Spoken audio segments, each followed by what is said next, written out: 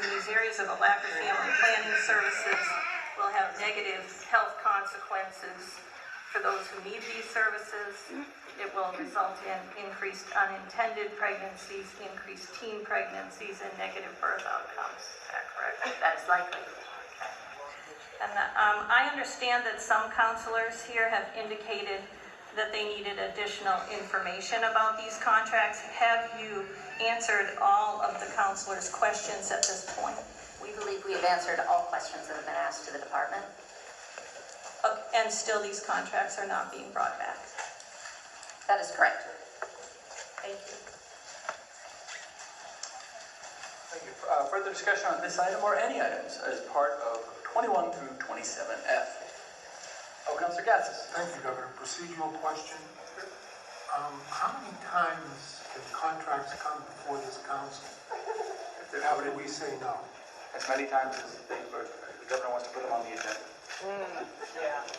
I would request the governor put the family planning contracts on the agenda at every meeting until they are approved. We'll be here. I mean, they can. The governor says, Can we fix that in the month? nope. Sorry. Constitution. Yes, Councilor Stevens. In regards to 27E, the Maximus contract, there's a fee, a one-time go-live charge. We've had an extensive, long-term contract with this provider. Why are we getting hit with, a six-figure go-live fee? Thank you, Counselor. This particular go-live fee is in reference to this particular activity in which we are working to figure out, work with our data to ensure that folks have had their second dose of vaccine. As the Counselor Wheeler asked earlier, there is a little bit of a spread between first doses and second doses. We know that in the early rollout, there may have been some data that was not captured, and so Maximus is working closely with the department to ensure that those folks get their second doses. And with this, there was some very specific training that was required to ensure that the call center was working with our vaccination program to ensure confidentiality and to understand the technical aspects of this particular task. Did we try to attempt to negotiate on this price? We did negotiate, thank you. On that fee? I'm unaware specifically on this fee, but we did negotiate the overall contract price. Councilor Gatsas. Thank you, Governor. I think this council was pretty clear about paying upfront fees. Probably 3 meetings ago, or the last time we met, or the time before that. But it was clear that we didn't approve of contracts that paid upfront fees. Love to hear your answer.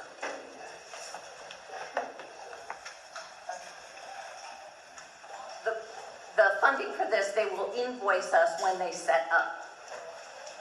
So it's a cost reimbursement for the setup. It's not an upfront payment.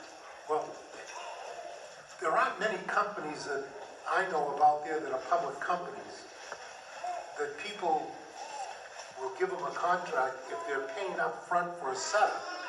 This is a setup fee, and we're paying them whether it's coming back later. That's just the same thing this council said no to. I don't believe it is. What the council said no to was an upfront advance payment to set up. What we had talked about was that most of these companies should be able to invest in the upfront costs without us giving an advance payment. So what we did is we changed our tactic with our negotiations so that they are required to do the upfront investment and then invoice the state afterwards their costs to set up programs. This is, I would say, pretty typical to have your costs reimbursed when you're setting up a new program. So we can either do it on a one-time payment on an invoice, or they can roll it into their monthly invoice. Either way, they're going to have their costs reimbursed, especially when they're setting up new programs in the state of Hampshire. They have to hire people, do all of those things, maybe rent a building, that type of thing.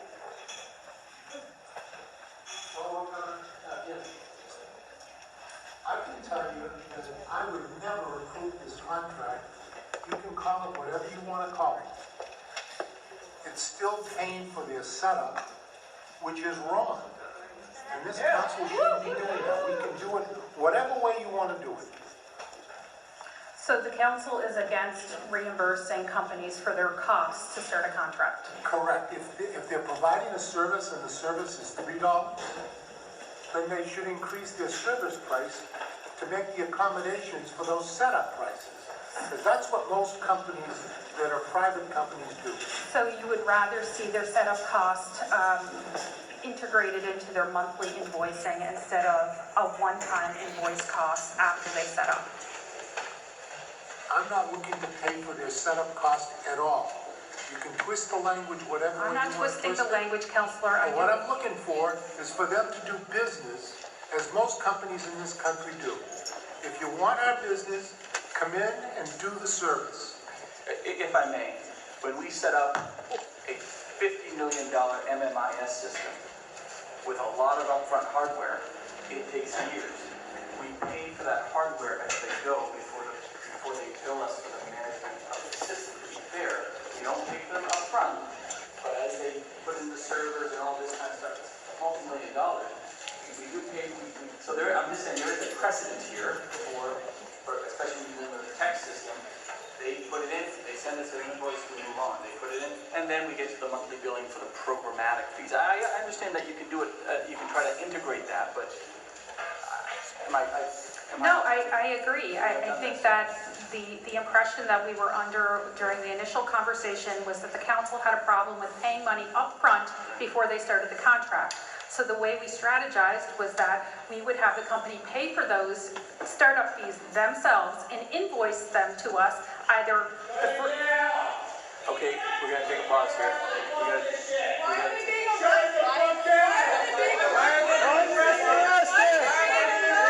What are the charges? Why are they being arrested? Stop it, they know they're gonna arrest you. No, no. Under arrest. Stop. They just broke the babysitting lady.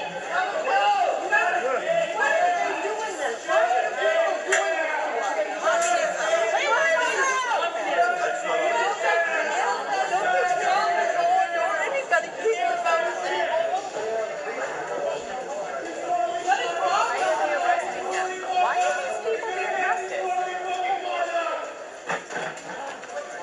They didn't do anything.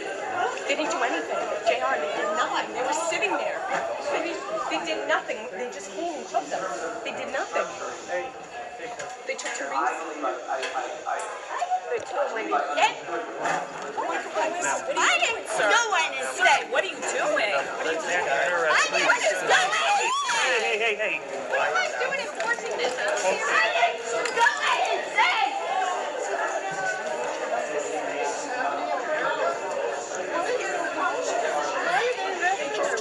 So that was my directive to the commissioner. If we want to see it in an even different way, I suppose we can go back and ask, but we do have a lot of contracts we do this with. But that's on me. I thought we were getting rid of prepay and just making sure that the hardware was We paid $1 for this, the invoice says we paid $1 for this, and we reimbursed. So that is the way we structured it. Now, if they want to, if the council would like us to take all of the startup costs and put them in individual invoices or subsequent invoices, we can do that, but I don't think a lot of companies are going to purchase hardware, buildings, and all the programmatic needs of big $50 million programs and not expect to get reimbursed for it. Councilor Warren? This structure is actually very typical for these kinds of contracts. She did nothing. Commissioner Goulet would probably tell us that with respect to all sorts of IT contracts. And I think the risk of advancing money up front is that we could advance money and then never get the product. But in this case, the way the department has structured this, we are not advancing money. They are actually incurring costs and then being reimbursed for costs. So it's sort of a service plus cost contract, which is totally typical, to my understanding, in the industry. Is that correct, Commissioner? Yes. Councilor Gadsden. Thank you, Governor. I think Commissioner Goulet would say that they're not providing the service